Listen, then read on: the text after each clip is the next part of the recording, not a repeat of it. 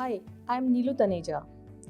जैसे कि आप सभी जानते हैं कि आज की डेट में कितने रिलेशनशिप ऐसे हैं जो ख़राब हो रही है। छोटी सी बात की वजह से हमारा घर टूट जाता है। तो इन सारी चीज़ों के ऊपर कैसे काम किया जाता है, मेरे पास बहुत सारे फ्रेमवर्क्स हैं जिससे आप अपने रिलेशनशिप को रिवाइव कर सकते हैं। टाइम बनता नहीं है, आपको टाइम बनाना पड़ता है। राइट। आज अगर मेरा बिजी दिन है लेकिन कुछ भी करके मैंने 45 मिनट्स निकाल लिए अपने वर्कआउट के लिए, वो मैंने एक टाइम एफर्ट करके मैंने वो टाइम निकाला है। तो सिमिलरली आप अपने रिलेशनशिप के लिए भी वो टाइम निकालिए। मैं आपको एक स्वीट चीज़ बताता हूँ। हमारे रिश्ते में हमारी शादी 4 जनवरी को हुई थी। तो हम हर महीने की 4 तारीख को डेट पे जाते हैं। Very nice. चाहे वो फिर ब्रेकफास्ट हो या लंच हो या डिनर हो या फिर कहीं फिल्म देखने चले गए, but 4th of every month. और आई थिंक यूनिवर्स भी मुझे उस तरह से हेल्प करता है कि 4th को मैं फ्री रहता हूँ। जब आपके दिमाग में वो एक इंटेंशन होता है कि आपको अपने पार्टनर के लिए, तो यूनिवर्स भी आपकी सुनता है, आपकी हेल्प करता है। चलिए, मैं आपको मिलाती हूँ एक ऐसे इंसान के बारे में जो आपको बहुत सारे रिलेशनशिप के लिए टिप्स देने वाले हैं, मिस्टर रुशिद राणा। कैसे हैं सर आप? बढ़िया, how are you? I am also fine. आप बताएं कैसे है, कैसा चल रहा है आपके रिलेशंस? सब ठीक चल रहा है, by God's grace everything is good. Okay. And आप क्या बताना चाहेंगे हमारे ऑडियंस को कि हेल्दी रिलेशनशिप को रखने में क्या क्या टिप्स होनी चाहिए? मेरे हिसाब से हेल्दी रिलेशनशिप के लिए सबसे इम्पॉर्टेंट है कम्युनिकेशन। राइट। मैंने अपनी लाइफ में भी देखा है, दूसरों की लाइफ्स में भी देखा है कि जहाँ पे कम्युनिकेशन क्लियर नहीं होता है, जहाँ पे कम्युनिकेशन में ब्लॉक होता है, वहाँ पे रिलेशनशिप्स ख़राब होनी शुरू होती है। और फिर वो ऐसे होता है कि वो एक छोटी सी दरार आ जाती है रिलेशनशिप में और वो दरार बड़ी होती जाती है, and then there is no limit. So I think of course communication, honesty, respect for each other, और value each other, and I think understanding is very important. Because आजकल हम इतनी फास्ट पेस लाइफ्स जी रहे हैं। Husband wife देखो तो wife काम कर रही है, हस्बैंड भी काम कर रहा है, सबकी लाइफ में प्रेशर है, सबकी लाइफ में कंपटीशन है। अगर आप मतलब मुंबई जैसे शहर में रहते हो तो travelling also is very difficult.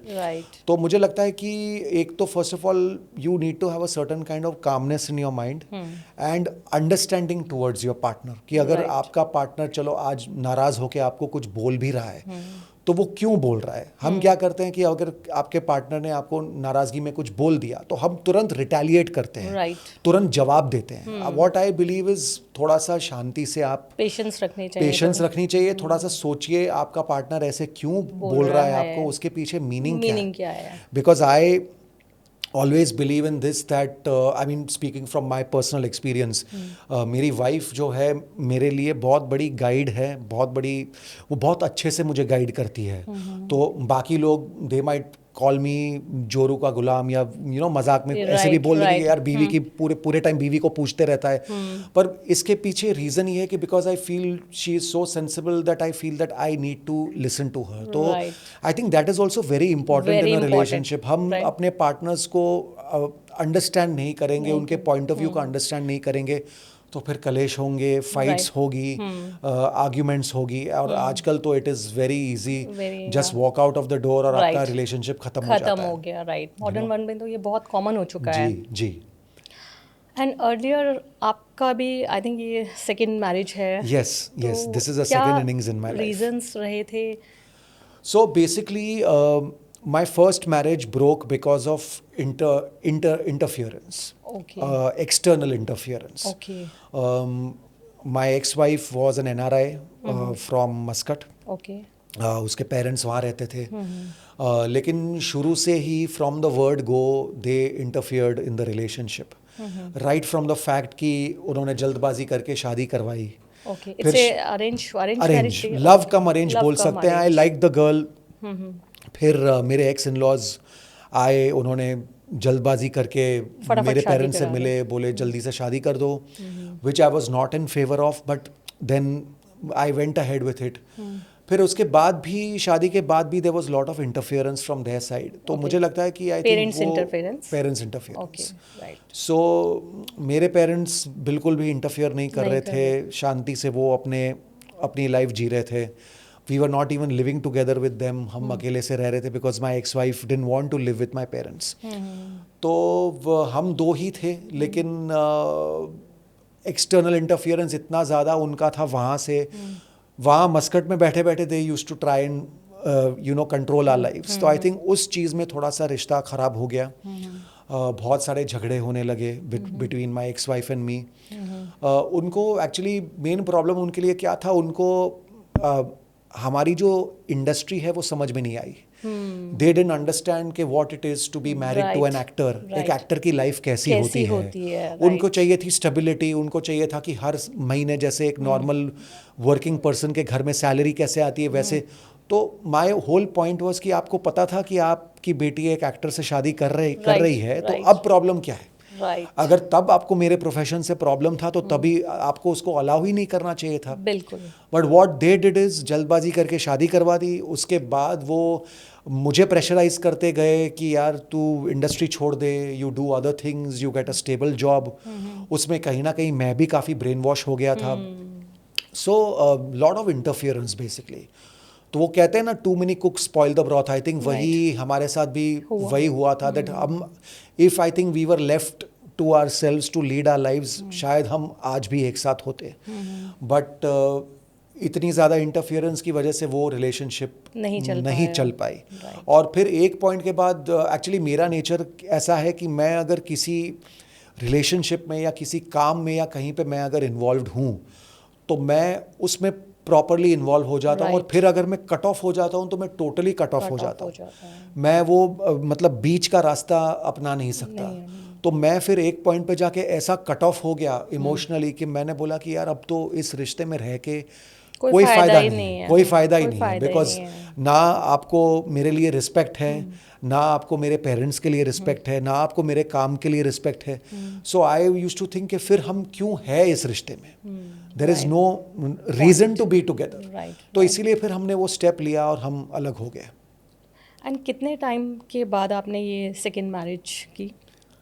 मुझे 10 साल लग गए to be ready for another marriage.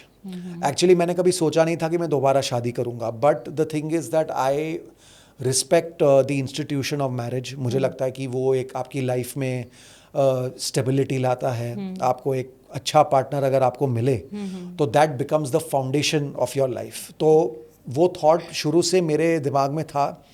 Even after my divorce, तब ऑफकोर्स पहले 3-4 साल तो मैं बहुत ज़्यादा डिप्रेस था, बहुत ज़्यादा नेगेटिव हो गया था टूवर्ड्स रिलेशनशिप्स। बट धीरे धीरे करके टाइम जैसे बीतता गया, फिर मुझे ऐसे लगने लगा कि okay, I think I am ready to have a partner in my life. और तब जाके फिर मैंने ये 2023 में हमने शादी की and it's been 2 years now. Okay. And कैसा अभी एक्सपीरियंस रहा आपका इट्स 2 years में? अभी तो टचवुड बहुत अच्छा है। Also because my wife is from the industry. वो एक क्रिएटिव डायरेक्टर है। She knows each and everything. या she knows everything about the industry. उनको सब पता है। शी नोज अबाउट द क्या बोलते हैं the plus points of the industry. She knows about the negative points of the industry. उसको पता है कि भाई मेरा पति एक्टर है, ज़रूरी नहीं है कि हर मंडे वो काम पे जाए उठ के। कितने दिन होते हैं जब मैं घर पे होता हूँ, जब शूट्स नहीं होते हैं। She is okay with that because she knows she has married an actor. और एक एक्टर की लाइफ ऐसे होती है। And she also knows that I am a hard working person. मैं हाथ पे हाथ रख के नहीं बैठ नहीं सकता। मैं ऐसा नहीं हूँ कि मैं बैठा ही रहूँगा। उनको पता है कि मैं कुछ ना कुछ मेरा चलते रहता है। So she knows that I am working hard. तो और बहुत अच्छा सपोर्ट देती है, जैसे कि मैंने पहले कहा, बहुत अच्छे से गाइड करती है मुझे। So it's good and I think it is a plus point अगर मैं कहूँ तो, to have a partner who belongs to your profession. Because मैं ये अपनी लाइफ में देख चुका हूँ कि because they did not know about my profession, वो उन चीज़ों को एक्सेप्ट नहीं कर पाए। वो बुरे लोग नहीं थे, वो उनका ऐसा मतलब apart from this they're not. उनको वो इंडस्ट्री समझ में नहीं आई। उनको इंडस्ट्री समझ में नहीं आई। वो थोड़े से थे कंट्रोलिंग टाइप के थे। उनकी बिगेस्ट मिस्टेक मैं बोलूँगा वो वही था कि वो थोड़े से कंट्रोलिंग टाइप के इंडिविजुअल्स थे। उनकी सबसे बड़ी खामी वही थी। And they didn't know the relationship, the industry. उनको समझ में नहीं आ कि कैसे होता है एक एक्टर की लाइफ, कैसे होती है। वो चीज़ बहुत इंपॉर्टेंट है कि आपको पता होना चाहिए कि आप जिससे मैरिज कर रहे हैं उसका पूरा का पूरा स्ट्रक्चर रहेगा क्या। Correct right. Correct. तो वो मैरिज कभी ब्रेक भी नहीं हो सकती। यस यस तो पहले चीज़ों को अच्छे से, अगर मैरिज करने से पहले पूरी चीज़ें देखी जाएं तो ज़्यादा बेटर है। Of course. और मेरे केस में तो सब देखा गया था। ऐसा नहीं था कि मैंने कुछ भी छुपाया था Right. या मैंने उनको कोई अलग ही मतलब एक पिक्चर पेंट करके मैंने उनको दिया था। सब कुछ क्लियरली उनके सामने रखा गया था। सो माय ओनली प्रॉब्लम, जब हमारे झगड़े होते थे तो मेरा दिमाग सिर्फ इसी बात पे जाता था कि भाई यू नो एवरीथिंग, राइट। आपको पता है सारी चीजें, उसके बावजूद आप ये सारी चीजें मुझे बोल रहे हैं या आप ये चीजें एक्सेप्ट नहीं कर रहे हैं, तो ये गलत बात है। ये गलत बात है। राइट। अगर मैंने आपको बोला होता कि मैं डॉक्टर हूं और उसके बाद आपको पता चलता कि मैं एक्टर हूं और फिर आपको मेरे प्रोफेशन पे मतलब प्रॉब्लम होता, तो वो समझने वाली बात थी कि मैंने झूठ बोला है। बट भाई मैंने तो सारे कार्ड्स आपके सामने ओपन कर दिए थे, तो then what is the issue? That was my biggest problem. And एक चीज़ और बताइए कि लाइक जो आपका बीच में गैप था जी 10 इयर्स का, जी उसमें आपने कभी ऐसा फील किया जो एक रिलेशनशिप है वो हमारी लाइफ का कितना इम्पॉर्टेंट पार्ट है, अगर वो डिस्टर्ब हो जाता है तो उसकी वजह से क्या क्या प्रॉब्लम्स हमारी लाइफ में आती हैं? यस तो वो डेफिनेटली मैंने फील किया। इस वजह से ही तो 10 साल लग गए मुझे टू बी रेडी कि मैं किसी और पार्टनर को अपनी लाइफ में जगह दूं, क्योंकि मैं इतना ज़्यादा emotionally I was emotionally broken. मेरे पेरेंट्स भी उसमें बेचारे they had to go through that. Financially मतलब वो बहुत बड़ा ये हुआ था मेरे लिए, because they didn't ask for any alimony or anything like that in divorce. वो बड़ा स्मूथली हो गया था। बट यू नो शादी के जस्ट 3 साल मतलब as soon as we got married उसके 3 साल पहले मैं काम के बिना बैठा था, बिकॉज मैं एक फिल्म कर रहा था जिसको बनने में, रिलीज होने में 3 साल लग गए थे।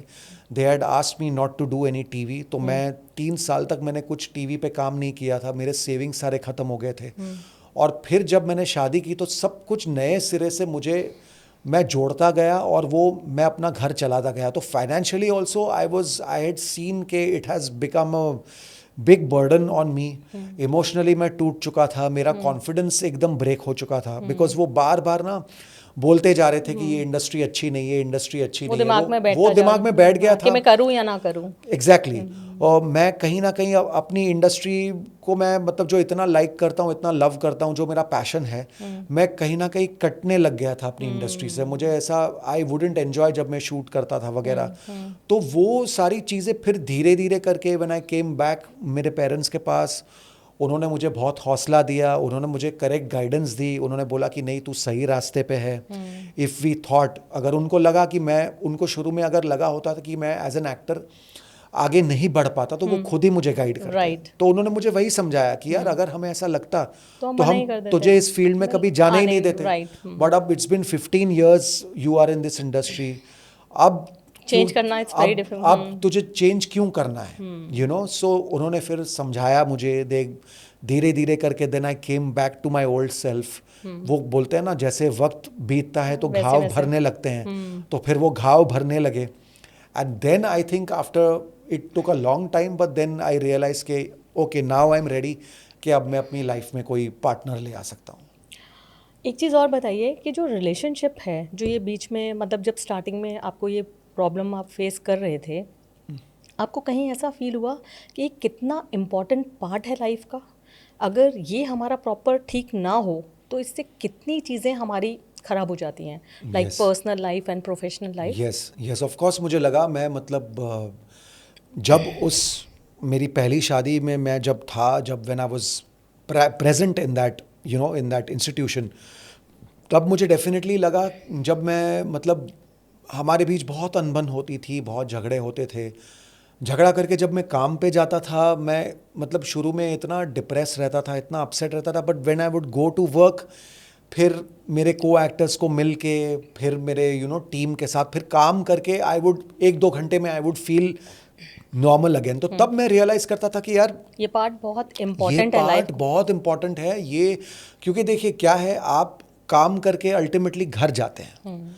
आप जब घर जाते हैं तो आपके घर पे कलेश होते हैं, और आपके घर पे एनवायरनमेंट कैसी है, वो बहुत इंपॉर्टेंट है। बहुत हम important। बच्चों के लिए भी यही बोलते हैं कि एक बच्चा जब घर वापस जाता है स्कूल से या कॉलेज से, जब एक घर वापस जाता है तो घर की एनवायरनमेंट बहुत पॉजिटिव होनी चाहिए, right। बिकॉज वो अगर नहीं है तो बच्चा डिस्टर्ब हो जाता है। आई थिंक सेम चीज़ हम एडल्ट्स के लिए भी लागू होती है कि आप जब बाहर जाते हैं, काम करके वापस आते हैं, and specially if you are married, और स्पेशली अगर आप जॉइंट फैमिली में नहीं रहते हैं, आप अगर सिर्फ एज अ कपल रह रहे होते हैं, तो आप क्या मतलब आप ऑल यू वांट इज कि आप घर पे जाएं तो आपकी आपको एक वाइफ अच्छा, हाँ। आपको वेलकम करें। राइट। मेरी तो ऐसी भी कोई ये नहीं था कि वो घर मैं बैठा हूँ और मुझे खाना परोसे, मैं उस थॉट का हुई नहीं। I believe in equality.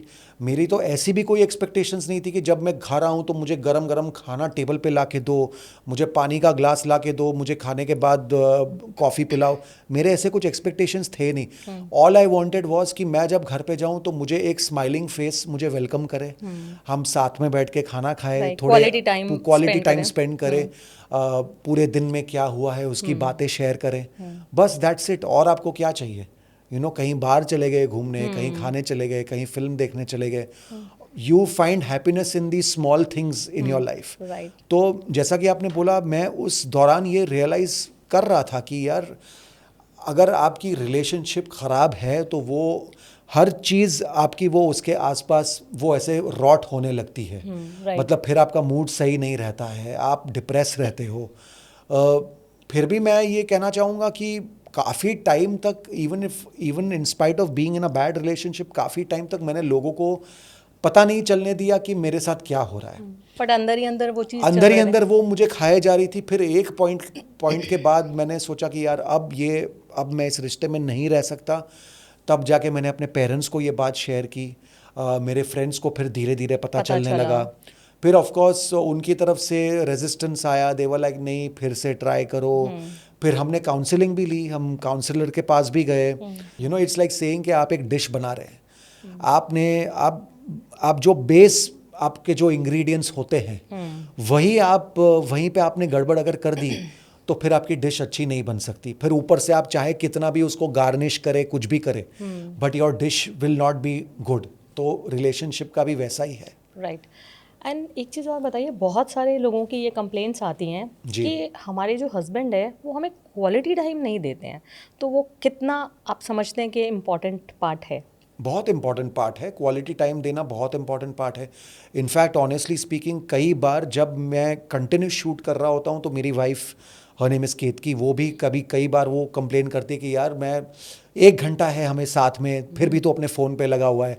तो I believe in this, quality time is very important, because ultimately अगर देखा जाए तो आप ये जो जद्दोजहद कर रहे हैं, अब you are working hard, what are you doing that for? You are doing that for your partner, you are doing that for your family. और फिर घर पे आके भी अगर आप उसी में लगे हुए हो तो then it doesn't make sense. तो I feel that giving quality time is very very important to your partner. As comparative जो पहले वाली आपकी मैरिज थी और जो अब वाली आपकी जो मैरिज है, उसमें आपको क्या डिफरेंस लगा कि क्या चीज़ बेटर है? एक तो मैंने आपको बता दिया, the fact that she is from the same industry, वो तो एक बहुत अच्छी चीज़ हो गई कि शी अंडरस्टैंड्स। ऑल्सो दोनों, like my ex wife and my current wife, दोनों की पर्सनैलिटीज़ अगर देखें तो दोनों बहुत अलग इंसान है। मेरी एक्स वाइफ थी, सॉरी टू से, बट वो बहुत इनसिक्योर थी। She was very insecure, because of which वो जेलस बहुत ज़्यादा हो जाती थी, वो पोजेसिव बहुत ज़्यादा थी। My current wife Ketaki is in herself, she is a very confident person. वो बहुत ही पीसफुल इंसान है। आई थिंक आपको अंदर से पीसफुल होना बहुत ज़रूरी है, बिकॉज आप अगर अंदर से पीसफुल नहीं होना तो बाहर की चीज़ें आपको फिर कभी सेटिस्फाई नहीं कर सकती। So I think both of us have that thing in common, we are both peaceful people from inside. और हमें चाहिए शांति, मुझे भी शांति चाहिए जब मैं घर जाऊँ, उसका भी वही है। हम we don't believe in arguments. और एक अगर आपने कंपैरिजन की बात की है तो सिर्फ मैं उनकी पर्सनालिटी क्यों कंपेयर करूं, मैं खुद को अगर कंपेयर करता हूं कि जब मैं अपनी पहली शादी में था और अपनी दूसरी शादी में हूँ, आई थिंक मेरे अंदर पेशेंस बहुत ज़्यादा आ गया है। पहली शादी में मैं बात पे मेरा दिमाग जाता था, मैं टेम्पर लूज करता था, एंगर इश्यूज बढ़ जाते थे। अब क्या हो गया है, अब मैं पेशेंट हो गया हूँ। Obviously age also, now you age you age you get mature, तो एक वो भी एक मेरे साथ हुआ है। And also I think I have become a little understanding. मतलब पहले मैं तुरंत रिएक्ट कर जाता था। अब अगर मेरी वाइफ मुझे कुछ डांट रही है सपोज, या मुझे if she is upset about something, मैं समझने की कोशिश करता हूँ, मैं उसको समझाता हूँ। कई बार तो मैंने ये एक चीज़ नोटिस की है कि अगर दोनों लोग एक साथ झगड़ा करते हैं या लाउड वॉइस में बात करते हैं तो छोटा सा सिचुएशन भी बड़ा हो जाता है। तो राइट। उसमें मैं क्या करता हूँ, अगर मेरी वाइफ सपोज बहुत अपसेट है या कुछ मुझे बोलती है तो मैं उसको कुछ हंसा देता हूँ, and I feel that really works right. Rather than retaliating. अगर वो एक बड़े पिच में बात कर रही है तो मैं भी बड़े पिच में मैं चिल्ला के बात करूँ, उससे बात और बिगड़ जाएगी। आई थिंक ये टिप्स काफ़ी अच्छी है। so what I do is I try to make her laugh। वो थोड़ा सा काम डाउन हो जाती है। और वो है भी, वो she is not the kinds के वो दिमाग में रखेगी और अगले 2 घंटे तक वो उसका चलता रहेगा। वो उसका गुस्सा आया, बोल दिया, फिर हम ठीक हो गए, आधे घंटे में she is back to normal. तो वो उनकी भी पर्सनैलिटी ट्रेट इतनी अच्छी है कि वो मेरे लिए ईजी हो जाता है। Right right. एंड कभी ईगो आई, ईगो की मतलब ईगो प्रॉब्लम्स आई कभी रिलेशनशिप में? नहीं, इस वाले में तो टचवुड कभी नहीं, कभी बिकॉज आई थिंक हम दोनों एक दूसरे के प्रोफेशन को बहुत रिस्पेक्ट करते हैं, एक दूसरे के काम को बहुत रिस्पेक्ट करते हैं, एक दूसरे की पर्सनल लाइफ्स को भी बहुत रिस्पेक्ट करते हैं। बिकॉज आई फील कि जस्ट बिकॉज आप मैरिड हैं इसका मतलब ये नहीं है कि आपकी खुद की और पर्सनल लाइफ नहीं हो सकती। राइट। लाइक उसके बहुत सारे फ्रेंड्स हैं, उसकी बहुत बड़ी फैमिली है। I respect that, I am there with her, चाहे उसके फ्रेंड्स हो जाए, उसके फैमिली हो जाए। सेम थिंग विथ मी, मेरे उतने ज़्यादा फ्रेंड्स नहीं है, मेरी इतनी बड़ी फैमिली भी नहीं है, बट शी रिस्पेक्ट्स दैट। और हम एक दूसरे को इनफ स्पेस भी देते हैं। वो कई बार अपने फ्रेंड्स को मिलने जाती है when I am not there, मैं अपने फ्रेंड्स से मिल लेता हूँ when she is not there. और ऐसा नहीं है कि हमें एक साथ हर जगह एक साथ होना ही होना है। हम ट्राई करते हैं कि जहाँ तक हो सके we both are together, but अगर नहीं होता है तो we are okay with that. You know, पहले ऐसा हुआ करता था कि नहीं, you have to be with me, अगर मैं नहीं आ पाऊँ तो तुम भी ना जाओ, वो सारी चीज़ें। तो अब वो काम हो गया है, वो थोड़ा सा सॉर्टेड हो गया है कि यू नो आप अपने पार्टनर को स्पेस देते हैं, आपका पार्टनर आपको स्पेस देता है, और उसमें बहुत सारी चीज़ें संभल जाती हैं। स्पेस का कितना इम्पोर्टेंट रोल है रिलेशनशिप में? बहुत इम्पोर्टेंट रोल है। मुझे लगता है कि जैसे कि समझो अगर आज मेरी छुट्टी है और उसकी छुट्टी है, but at the same time हम अपनी अलग से बहुत सारी चीज़ें करते हैं, और वो बात वो भी रिस्पेक्ट करती है। जैसे कि उसको पता है कि मेरे लिए मेरा वर्कआउट का टाइम बहुत इम्पॉर्टेंट है, मैं काफ़ी कंटेंट खुद बैठ के देखता हूँ, और हमारी चॉइसेस अलग है। उसे अलग तरह की फ़िल्में पसंद है, मुझे अलग तरह की फ़िल्में पसंद है। तो हम एक साथ अपने रूम में अपने बेड पे होते हैं, वो अपने आईपैड पे कुछ देख रही होती है, मैं अपने आईपैड पे कुछ देख रहा होता हूँ।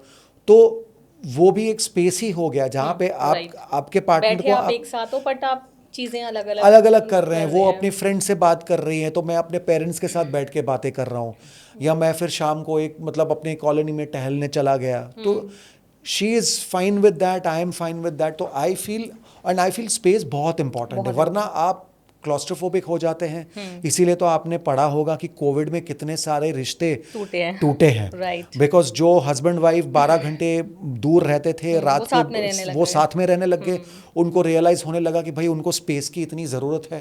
तो space is very important in a relationship. Right, you are right. And what about values?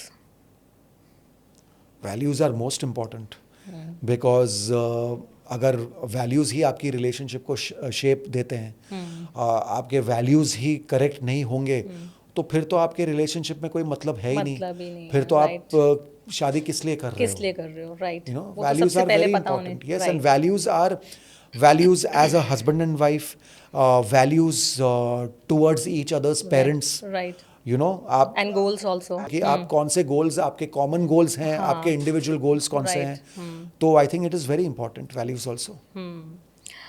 And कई जगह पे ये प्रॉब्लम्स आती हैं कि लिसनिंग पावर नहीं होती है। लाइक वाइफ अगर हस्बैंड के पास जा रही है तो हस्बैंड क्या बोलते हैं, यार तूने फिर वही बात करनी है, तेरा रोज़ का यही सुनना है। मे बी वो कुछ और बोलना चाहती है, तो हस्बैंड सुनते नहीं है। वो कितना इम्पोर्टेंट पार्ट है? पर ये तो मेरे साथ भी होता है। लाइक अगर रिपीटेडली मेरी वाइफ एक ही बात की कंप्लेंट करती है तो मैं भी इरिटेट हो जाता हूँ। I will be very honest with you, because हमें क्या लगता है कि भाई ओके चलो हमने आपकी कंप्लेंट सुन ली, हमने उस पर अमल भी कर लिया।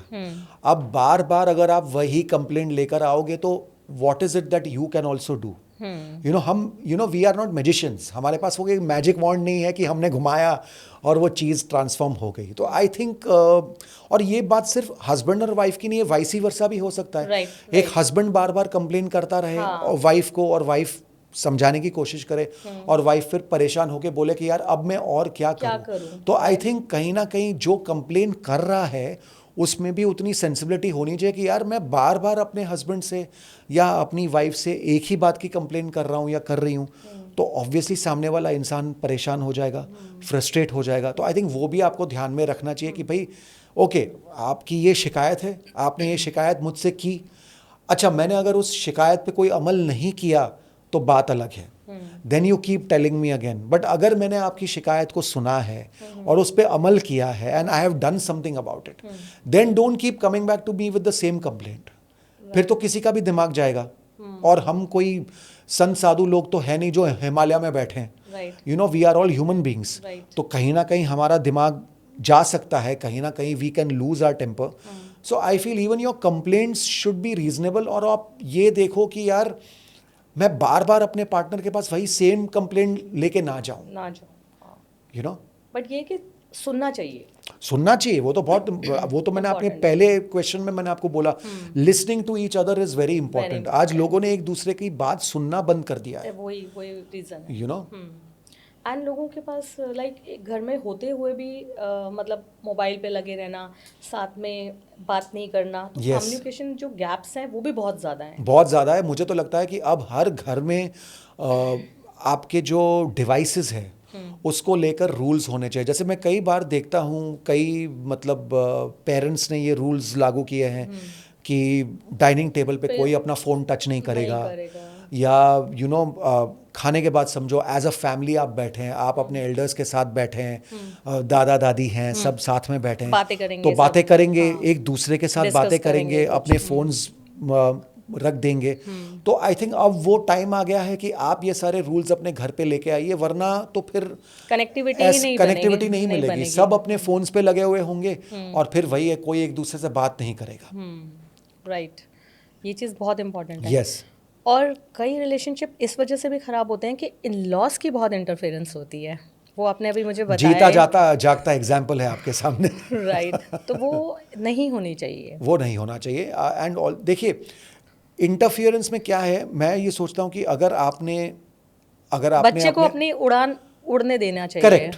हाँ, अगर समझो कोई गलत जा रहा है तो बोलिए, कोई गलत जा रहा है तो जरूर बोलिए, डेफिनेटली बोलिए।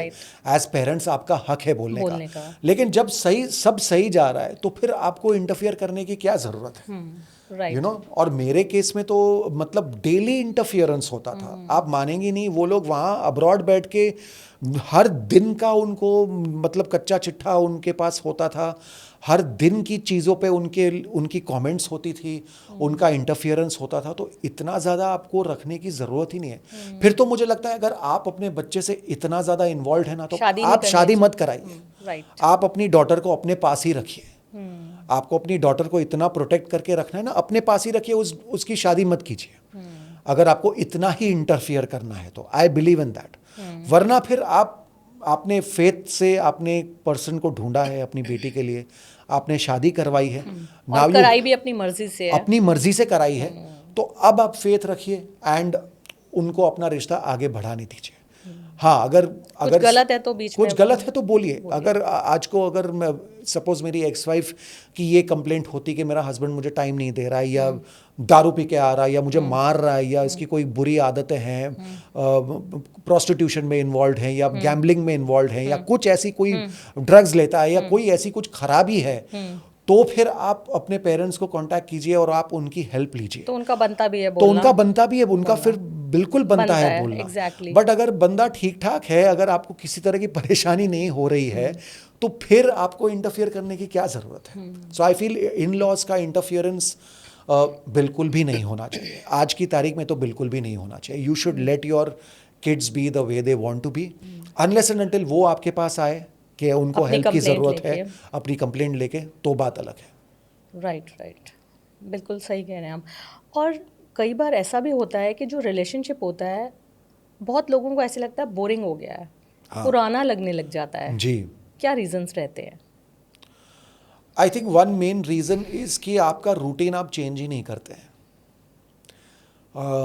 आपकी एक ही पैटर्न की लाइफ है, सुबह काम पे जाना, शाम को आना, राइट, राइट। साथ में आप अगर खाना साथ में खाते हैं तो खाना खा लिया, कुछ देख लिया, सो गए। तो आई फील आपको रिलेशनशिप में you have to work on these things. आपको अपनी रिलेशनशिप को थोड़ी स्पाइसी बनानी चाहिए। और जैसे पहले डेट पे जाते थे, लॉन्ग ड्राइव पे जाते थे, करेक्ट, वो कंटिन्यू रखना वो चाहिए। कंटिन्यू रखना चाहिए आप। और मैं ये भी समझता हूँ कि आपका खुद का फ्रेंड सर्कल भी बहुत ज़रूरी है।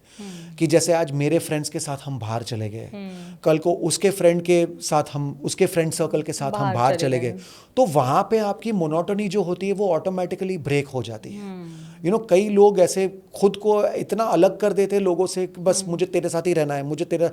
उसमें क्या हो जाता है कि अल्टीमेटली आप आगे जाके दो लोग एक दूसरे के साथ बोर हो ही जाएंगे। तो I feel other people are also very important in your life. Activities बहुत इंपॉर्टेंट है। आप ट्रैवलिंग के प्लान्स बनाइए, गेम्स खेलिए। हाँ, आप ट्रैवल कीजिए साथ में। आप ऐसी चीज़ें साथ में कीजिए जो आपको इंटरेस्ट करती है। जैसे अभी रिसेंटली मेरी वाइफ ने मुझे बोला कि हमें साथ में एक पॉटरी का क्लास करना चाहिए। अब मुझे पॉटरी में बिल्कुल इंटरेस्ट नहीं है, रत्ती भर का इंटरेस्ट नहीं है, बट मैंने बोला ओके चलो ठीक है करते हैं। बीच में उसको आइडिया बोला हम पेंटिंग का क्लास साथ में करते हैं। मैंने बोला चलो लेट्स डू इट। तो I feel you have to try different things. कुछ अलग अलग आप करेंगे अपने रिश्ते में, तो वो स्पाइस, वो फायर जो है वो हमेशा जिंदा रहेगा। वरना तो मतलब अगर आप एक सेम मंडेन टाइप की आपकी रूटीन लाइफस्टाइल है तो फिर तो आप बोर हो ही जाएंगे। रिस्पेक्ट के बारे में आप क्या कहना चाहेंगे कि कितना इम्पोर्टेंट है एक दूसरे की रिस्पेक्ट करना? बहुत इम्पॉर्टेंट है। I think it is one of the, मैं कहूँगा 4 पिलर अगर आप बात करें कि 4 पिलर्स ऑफ एनीथिंग, तो it is one of the 4 pillars of a relationship according to me. Because आप अगर अपने पार्टनर को रिस्पेक्ट ही नहीं करोगे, उसके काम को रिस्पेक्ट नहीं करोगे, उसकी इंडिविजुअलिटी को रिस्पेक्ट नहीं करोगे, तो फिर ऑब्वियसली आप अपने पार्टनर को हल्के में ले लोगे। And when you don't have respect towards your partner, फिर बाकी चीज़ें भी कहाँ से आएगी, लव कहाँ से आएगा, अंडरस्टैंडिंग कहाँ से आएगा। तो I think respect is very very important. In my first marriage I think that was a problem. कहीं ना कहीं आई थिंक रिस्पेक्ट की कमी थी। हाँ, रिस्पेक्ट ना तो मुझे दी गई थी ना मेरे पेरेंट्स को दी गई थी, which was I think the biggest problem that happened in my first marriage. And आदमी एक पॉइंट तक वो झेल सकता है, लेकिन आफ्टर अ पॉइंट तो कोई भी वो झेल नहीं पाएगा, चाहे वो मेल हो फीमेल हो, but respect is very very important. Very important, वो बहुत ज़रूरी है, क्योंकि उसके बिना आपने बोला ना कि लव भी तभी आता है जब आप एक दूसरे को रिस्पेक्ट करते हो। ऑफ कोर्स वो चीज़ें अंदर से निकल के ही नहीं आती हैं फिर बार। जी। एंड कई बार ऐसा होता है कि फाइनेंस को लेके भी इश्यूज आते हैं। क्या हमें फाइनेंस छुपाना चाहिए? नहीं, बिल्कुल भी नहीं, बिल्कुल भी नहीं। मुझे लगता है आप जितनी अपनी लाइफ के बारे में ओपन रहेंगे अपने पार्टनर के साथ, उतनी ही चीज़ें सिंपल रहेगी। बिकॉज आपको छुपा के करना क्या है? आपको क्यों छुपाना है? मतलब अगर आप एक रिश्ते में जुड़ने जा रहे हैं किसी के साथ, हाँ, अगर आपको इनिशियल डेज में अगर आपको डाउट है कि अगर ये पार्टनर, अगर ये लड़की या ये लड़का मेरे साथ सिर्फ मेरे पैसों की वजह से जुड़ना चाहता है, तो आई थिंक आप थोड़े से शुरू में you can be little secretive about it.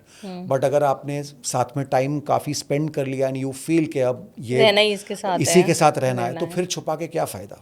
आप क्या अकम्प्लिश करने वाले हैं? कुछ भी नहीं। राइट। एंड क्या हमें एक दूसरे के गोल्स के ऊपर काम करना चाहिए? एक दूसरे के गोल्स पे काम करना, अगर वाइफ का मन है कि मुझे लाइफ में ये करना है, हाँ जी, और हस्बैंड को है मुझे ये करना है, तो उस चीज़ के ऊपर हमें वर्कआउट करना चाहिए। बिल्कुल वर्कआउट करना चाहिए। I think you have to support your husband और योर वाइफ, उनके जो भी गोल्स हैं। अगर वो कहीं गलत भी जा रहे हैं या कुछ गलत भी सोच रहे हैं, तो आप उनको गाइड कर सकते हैं कि भाई ये तेरा जो गोल है वो मुझे सही नहीं लग रहा है। बट अगर सही लग रहा है तो you should support your wife और you should support your husband. Totally आपको सपोर्ट करना चाहिए। एंड जो अभी आपकी मैरिज हुई है, उसके अंदर आप कितना ज़्यादा एक दूसरे को सपोर्ट करते हैं? क्योंकि आपकी भी बिजी लाइफ है, उनकी जी, भी है। जी। बहुत सारी चीज़ें ऐसी भी होती होंगी कि आपको लगता होगा कि ये चीज़ वो करके दे, उन्हें लगता होगा कि यहाँ से ये चीज़ पूरी नहीं हुई है। तो कैसे आप एक दूसरे को मैनेज करते हैं, लाइक सपोर्ट करते हैं? आई थिंक हम दोनों एक दूसरे को 100% सपोर्ट करते हैं, एक दूसरे को 100% गाइड करते हैं। सिर्फ एक पॉइंट पे हमारी आर्ग्यूमेंट होती है। उनको लगता है कि मैं खुद को अंडरसेल करता हूँ, उनको लगता है कि मुझे मेरी वैल्यू पता नहीं है और कोई भी कुछ भी मतलब पैसों की डील करके वो चला जाता है, and I am okay with that. But I try to tell her कि भाई you have to see the time, you have to see the competition around you and you have to take steps. आप अपने मतलब सपनों के महल में आप नहीं रह सकते। आपको प्रैक्टिकल होना बहुत ज़रूरी है, आपको प्रैक्टिकली स्टेप्स लेना बहुत ज़रूरी है। तो वो कहीं मतलब वो शुरू में वो थोड़ा सा वो फ्रिक्शन होता था हमारे बीच, बट अभी वो समझ गई है, तो शी लीव्स मी। अब वो इंटरफियर नहीं करती है, उनको ये है कि यार तू हैंडल खुद से अपना ठीक ठाक कर लेता है, तू वो कर ले। I feel the same about her. वो भी बहुत ही स्ट्रॉन्ग माइंडेड, स्ट्रॉन्ग हेडेड लड़की है, तो अगर उनको कुछ करना है और उनको कुछ सही लगता है तो वो करके ही रहती है, चाहे फिर मुझे वो ठीक लगे या ना लगे। तो I think both of us are pretty independent minded, और हमने एक दूसरे की ये इंडिपेंडेंस अब एक्सेप्ट कर भी ली है, तो इसीलिए मतलब वो आर्ग्यूमेंट्स इसीलिए नहीं होती है, बिकॉज हमने ये चीज़ एक्सेप्ट कर ली है कि उसे भी लगता है कि हाँ ये तो अल्टीमेटली करेगा तो अपना ही, मुझे भी पता है कि वो अल्टीमेटली करेगी तो अपना ही। हम एक दूसरे को गाइड डेफिनेटली करते हैं, but eventually we take decisions according to जो हमें ठीक लगता है। And what about boundaries? वो क्या कुछ बाउंड्रीज होनी चाहिए रिलेशनशिप में? मतलब मैं कभी आई have never been that kind of a husband और अ पार्टनर जो अपनी वाइफ को बोलेगा कि तुझे इधर नहीं जाना, इधर नहीं जाना, ये नहीं करना, तुझे ये कैसे नहीं कपड़े करना, पहने तूने। मैं कभी नहीं। इनफैक्ट मैं कई बार उसको मोटिवेट करता हूँ कि भाई बड़े दिनों से तुम अपने इस फ्रेंड सर्कल से मिली नहीं हो, तो जाके मिल के आओ। बहुत टाइम से तुम कहीं गई नहीं हो, यू ओनली बिन वर्किंग, बहुत लेट नाइट्स तुमने काम कर लिया, तो तुम्हें कुछ एंजॉय करने के लिए करना चाहिए। तो in fact I am like that. But boundaries के एक्चुअली बहुत सारे डेफिनेशन होते हैं। अब इस तरह के बाउंड्रीज तो मैंने कभी अपने पार्टनर पे डाले नहीं है। But if you are talking of the other kind of boundaries, like एक बाउंड्री होती है कि जहाँ पे आप मतलब से if I am married today, तो I know I have a certain boundary towards other women. मैं वो बाउंड्री क्रॉस नहीं कर सकता, या मैं वो बाउंड्री क्रॉस नहीं करना चाहता। तो I think we both have those boundaries very clear in our mind. किसी को एक दूसरे को वो बाउंड्रीज बताने की ज़रूरत नहीं है। क्योंकि थर्ड पार्टीज की वजह से बहुत सारे रिलेशन टूटते हैं, I know like extra marital affairs and all that. बहुत कॉमन हो गया, बहुत कॉमन हो गया, और yes. उसकी वजह से बहुत रिलेशनशिप खराब हो रहे हैं, बहुत ज़्यादा हो रहे हैं। I know that. But I think आप बाउंड्रीज जहाँ पे आप बहुत ज़्यादा अंडरलाइन करने लगेंगे ना कि ये बाउंड्री, तो हो सकता है वो बंदा बाहर जाए या वो बंदी बाहर जाए। बट जहाँ पे आप उस चीज़ को फ्लेक्सिबल हो जाएंगे, उस चीज़ को समझेंगे, एक दूसरे को स्पेस देंगे, तो मुझे नहीं लगता है फिर आपको हाँ वो ज़रूरत है कि आप कहीं स्ट्रे करें या आप उस किस्म का कुछ ऐसा करें। बिकॉज आप अपने रिलेशनशिप में इतने कंफर्टेबल हैं कि आपको ज़रूरत ही नहीं है। Yes, right. ये चीज़ भी काफ़ी बेस्ट है, क्योंकि वो ज़रूरत ही नहीं पड़ेगी, बट इसे कोई समझता है और कोई नहीं समझता है, वो भी प्रॉब्लम आ जाती है ना। करेक्ट।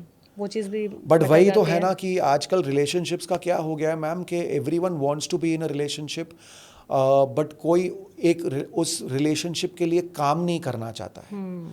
आपने थोड़ी रोमांटिक फिल्में देख ली और आपको लगता है कि यार मुझे तो रिलेशनशिप में रहना है, मुझे प्यार चाहिए अपने लाइफ में, बट उस रिलेशनशिप के लिए आपको काम भी करना पड़ता है। You have to work hard on your relationship daily, on a daily basis. ये लोग समझते नहीं है। आई थिंक इस वजह से रिलेशनशिप्स आज की तारीख में सस्टेन नहीं हो पा रहे। राइट। और मतलब ऐसा भी हो चुका है कि लाइक 25-30 ईयर्स के बाद भी डिवोर्स हो रहे हैं, इतनी लेट्स भी हो रहे हैं। ये तो मुझे बहुत शॉकिंग लगता है कसम से, बिकॉज देखिए मेरी फर्स्ट मैरिज 2 साल तक चली थी, and I think with in 6 months मेरे माइंड में वो क्लैरिटी आ गई थी कि आई डोंट थिंक मैं इस रिश्ते में आगे बढ़ना चाहता हूँ। तो मुझे ये समझ में नहीं आता कि 25 साल बाद 30 साल बाद लोग कैसे डिवोर्स ले सकते हैं।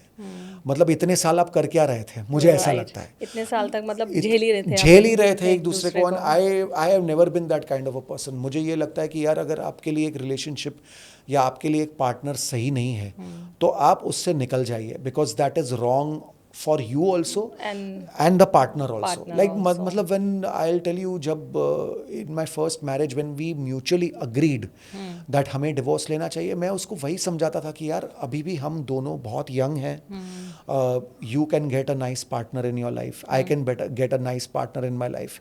जस्ट बिकॉज कि शादी हो गई है तो ज़रूरी नहीं है कि हमें एक मतलब बेकार रिश्ते में सड़ना चाहिए। You know, if the relationship is not working, I feel get out of it.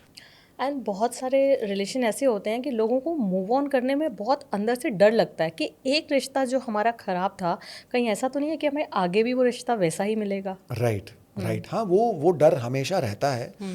जैसे कि मैंने आपको बताया, मुझे 10 साल लग गए ये चीज़ खुद के अंदर वो कॉन्फिडेंस आने के लिए कि अब मैं एक और रिश्ते के लिए तैयार हूँ। मतलब लिटरली मुझे 10 साल लग गए। तो वो फियर तो रहता ही है। वो फियर आज भी कभी मेरे अंदर थोड़ा सा क्रीप आउट हो जाता है। कभी कभी होता है कि यार मैंने सही तो किया ना, मतलब you know, have I done the right thing. But yes, जब मैं अपनी लाइफ को एनालाइज करता हूँ, जब मैं मतलब फ्लैशबैक में जाता हूँ और मैं सोचता हूँ कि मेरी लाइफ तब क्या थी और अब क्या है, तो मुझे रियलाइज़ होता है कि यार आई have done the right thing in my life. तो आपको ऐसा फील नहीं हुआ ना कि मतलब अगर पीछे कुछ खराब है तो आगे भी वैसा ही मिलेगा? वो एक्सपीरियंस तो नहीं रहा ना? नहीं, वो एक्सपीरियंस नहीं हुआ। वो तब डर था मेरे माइंड में, लेकिन अभी ऐसा नहीं है। और मैं आपको एक बात बताऊं, वंस मतलब जब मैं केतकी से पहली बार मिला, मतलब हम तो पहले एक साथ काम कर चुके थे, we worked on Anupama together. उसके बाद हमारी दोस्ती एक्चुअली एक डेटिंग ऐप के जरिए चालू हुई। तो तब जब हम अपनी पहली ऑफिशियल डेट के लिए जब मिले थे ना, उसके बाद वो डर था ही नहीं मेरे माइंड में कि इसके साथ मुझे ऐसा कुछ होगा। I don't know why. इससे पहले मतलब मेरी कुछ रिलेशनशिप्स हुई थी, डेट किया था मैंने कुछ लड़कियों को, तब वो डर हमेशा रहता था, यू नो, और उस वजह से वो रिलेशंस आगे बढ़ भी नहीं पाए। They didn't go till marriage. But where is मतलब मैं अगर केतकी की बात करूँ तो उनके साथ मुझे कभी ऐसा फील नहीं हुआ। यू नो, एक मतलब होता है ना, एक स्मूथली चीज़ें आगे बढ़ी और वो मतलब अच्छे से वो हो गई। तो वो अच्छी चीज़ है। मतलब आपके माइंड में कहीं भी ऐसा, मतलब कहने का मतलब ये है कि जो लोग मूव ऑन नहीं कर पाते तो वो ट्राई कर सकते हैं। बिल्कुल ट्राई कर सकते हैं। और मुझे लगता है कि आप फोर्स मत कीजिए खुद को मूव ऑन करने के लिए, टाइम दीजिए। आपको वैसा पार्टनर अगर हाँ, आप खुद को टाइम दीजिए, you be ready for it. आपके घाव जब भर जाएंगे, when you feel you are completely ready, तब आप definitely you can take the step. And कहीं ना कहीं घाव भरने में थोड़ा टाइम तो ऑब्वियस लगता ही है, डेफिनेटली। वो डिपेंड करता है कि आपकी पिछली रिलेशनशिप में कितनी खामियां थी, वो कितना प्रॉब्लमैटिक, वो कितनी प्रॉब्लमैटिक रिलेशनशिप थी। मतलब समझो, अगर आप एक ऐसे रिलेशनशिप से गुजर चुके हो जिसमें फिजिकल अब्यूज रहा है या ऐसा कुछ रहा, तो ऐसे केसेस में मैंने देखा है लोगों को बहुत टाइम लगता है उससे बाहर आने के लिए। कई लोग तो बाहर आ ही नहीं पाते हैं। उनको कितना फिर उनको काउंसलिंग की ज़रूरत पड़ती है, साइकियाट्रिस्ट के पास जाना पड़ता है, डिप्रेशन हो जाता है, उनको ट्रीटमेंट लेनी पड़ती है, उनको बहुत कुछ करना पड़ता है। फॉर्चुनेटली मेरे केस में ऐसा नहीं था। मेरे लिए एक बहुत अच्छी चीज़ हो गई कि मैं फिर से अपने पेरेंट्स के पास आ गया और वही मेरे काउंसलर थे, वही मेरे साइकाइट्रिस्ट थे, उन्होंने ही मुझे समझाया और दे गॉट मी बैक। तो मेरे लिए वो सबसे ज़्यादा अच्छी एडवांटेज थी। एंड फिर आगे भी आपको वो चीज़ें आपके अकॉर्डिंगली मिल गई, तो वो भी काफ़ी अच्छा रहा। और अभी आगे आपको क्या लगता है कि और रिलेशन को कैसे अच्छा बनाया जाए कि आगे कभी कोई प्रॉब्लम ना हो? जस्ट अभी लाइक 2 years हुए हैं ना? यस। तो आगे कभी कोई प्रॉब्लम ना हो, उसके लिए आप रिलेशनशिप पे कौन सा वर्क करने के लिए आई थिंक जो सारी पॉइंट्स मैंने आपको बताई, जस्ट मतलब क्वालिटी टाइम हो गया, respecting your partner, understanding your partner, थोड़ा सा पेशेंटली आप अपने पार्टनर को पेशेंस हैंडल, होना बहुत जरूरी पेशेंस होना तो बहुत बहुत ज़रूरी जरूरी है। बहुत ज़रूरी। देखिए पेशेंस और अंडरस्टैंडिंग मतलब एक ही Pillars हैं कॉइन ये के बहुत। दो पहलू है, एक ही कॉइन के दो पहलू है। पहलू पेशेंस है। और अंडरस्टैंडिंग आपके लिए बहुत ज़रूरी है। एंड लाइक वी डिस्कस्ड कि कीप द रिलेशनशिप अलाइव, आप अलग अलग चीज़ें करके हाँ, आपके अपने अलग अलग रोमांस को अलाइव रखना है, अलाइव अलाइव रखना है। यस वो चीज़ बहुत यस इम्पोर्टेंट है यस, क्योंकि उसकी वजह से ही रिलेशनशिप खराब हो जाते हैं। बिल्कुल बिल्कुल। बट कुछ पार्टनर्स वो चीज़ समझते हैं और कुछ नहीं समझते हैं, ये प्रॉब्लम भी है ना। यस क्योंकि उनको रहता है कि हमारे पास टाइम नहीं है, हम टाइम कैसे निकालें। तो टाइम को कैसे मैनेज किया जा सकता है? लाइक आपसे बेटर तो कोई नहीं जानता क्योंकि आप इतने बिजी रहते हैं तो आप ये चीज़ के बारे में बता सकते टाइम को मैनेज करना, देखिए जैसे कि आप कैसे जैसे कि मैं अपने दिन में, मेरे लिए मेरी प्रायोरिटी है मेरे ऑडिशंस अगर हैं तो मेरी मीटिंग्स अगर हैं, जैसे मैं अपने जिम टाइम को प्रायोरिटी देता हूँ, अपनी मेंटल स्पेस को प्रायोरिटी देता हूँ, वैसे ही मैं मतलब एक 1.5 घंटा 2 घंटा मैं अपनी रिलेशनशिप को इन अ डे में वो प्रायोरिटी देता ही देता हूँ। मतलब मैंने सोच के रखा है कि मुझे अपने रिश्ते को कम से कम इतना टाइम मुझे देना है। हाँ, अगर मैं और टाइम दे पाऊँ तो इट्स उससे वंडरफुल, बढ़िया, राइट। सोने पे सुहागा है वो। लेकिन एटलीस्ट एक मिनिमम टाइम पीरियड मुझे अपने पार्टनर के साथ बिताना है। और वो सिर्फ मैं एक मतलब मैं अपनी वाइफ की तरफ नहीं कह रहा हूँ, मैं अपने पेरेंट्स के साथ, बिकॉज वी स्टे टुगेदर। तो मैं ये सोचता हूँ कि मुझे थोड़ा टाइम कंपल्सरीली अपने पेरेंट्स को भी देना है, कि हम साथ बैठें और कुछ नहीं, एक कप चाय साथ में पी ली, थोड़ी बहुत बातें कर ली, डिस्कस कर लिया कि आपका दिन कैसा था, उनको बताया मैंने कि आज ये हुआ, आज ऐसी शूटिंग पे मैं गया, आज ऐसे इंसान से मैं मिला। तो ये सारी चीज़ें बहुत इंपॉर्टेंट है। तो चाहे वो मेरी वाइफ हो, चाहे वो मेरे पेरेंट्स हो, मेरे जहन में ये बात बहुत क्लियर है कि मुझे दिन में थोड़ा टाइम उनको देना ही देना है। तो आई थिंक जो लोग कंप्लेन करते हैं कि वो उनके पार्टनर्स उनको टाइम नहीं दे पाते हैं, तो आई थिंक उनको कहीं ना कहीं थोड़ी प्रायोरिटी इस चीज़ के लिए भी रखनी चाहिए। आप ये नहीं सोच सकते कि टाइम बन जाएगा, टाइम बनता नहीं है, आपको टाइम बनाना पड़ता है। राइट। जैसे कि मैंने आज, अगर मेरा बिजी दिन है लेकिन कुछ भी करके मैंने 45 मिनट्स निकाल लिए अपने वर्कआउट के लिए, वो मैंने एक टाइम एफर्ट करके मैंने वो टाइम निकाला है।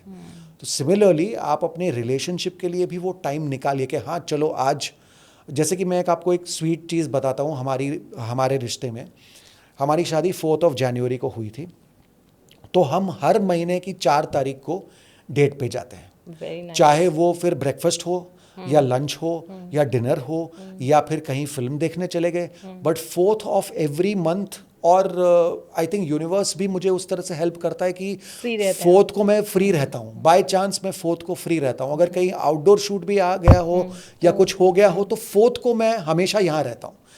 तो आई थिंक जब आपके दिमाग में वो एक इंटेंशन होता है कि आपको अपने पार्टनर के लिए, तो यूनिवर्स भी आपकी सुनता यूनिवर्स है। भी आपकी सुनता है, आपकी हेल्प करता है। Right right, it's very nice कि आप एवरी वो करते हैं। तो मतलब ये टिप तो बहुत ही अच्छी है, अगर सब लोग ऐसा करें तो आई थिंक रिलेशनशिप बहुत ज़्यादा अलाइव रह सकता है। Yes it's yes. Very nice tip.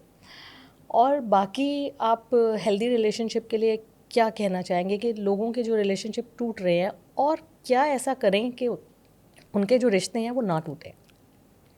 I think मैंने तो ज़्यादातर सारी चीज़ें बता ही दी है, but I think most important is communication. Communication. आपको जहाँ ऐसे लगे कि मेरा रिश्ता कहीं पे डगमगा रहा है या कहीं पे ठीक ठाक नहीं चल रहा है, I think the first thing you need to work on is your communication. Because अगर आप खुद में सोचेंगे या आप एनालाइज करेंगे तो आपको रियलाइज़ होगा कि कहीं ना कहीं मेरा कम्युनिकेशन ख़राब हुआ है, जिसकी वजह से मेरी रिलेशनशिप ख़राब हुई है। और बहुत सारे लोग जैसे ड्रिंक कर लेते हैं, और वाइफ की कंप्लेंट होती है कि ये तो बहुत ज़्यादा ड्रिंक करके आते हैं। हाँ।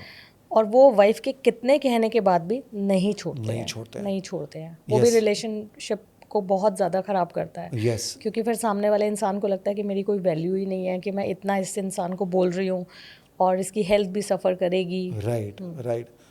तो ये तो I think it's a very personal thing. वो तो जो इंसान कर रहा है उसको रियलाइज करना चाहिए कि भाई वो गलत कर रहा है, राइट, एंड क्योंकि उसकी हेल्थ भी ख़राब हो रही ही है। Should work on it. It's a very personal matter. मतलब वो तो एक इंसान की एक पर्सनल ट्रेट हो गई, उसकी एक कैरेक्टरिस्टिक हो गई, जो कि उसे फिर सुधारनी चाहिए। खुद सोच के समझ के और I think what is most important in today's time is ना कि लोग थोड़ा सा ना शांति में बैठ के एनालाइज करना करते नहीं, self भूल talk गए, नहीं करते हैं। सेल्फ टॉक नहीं करते, राइट।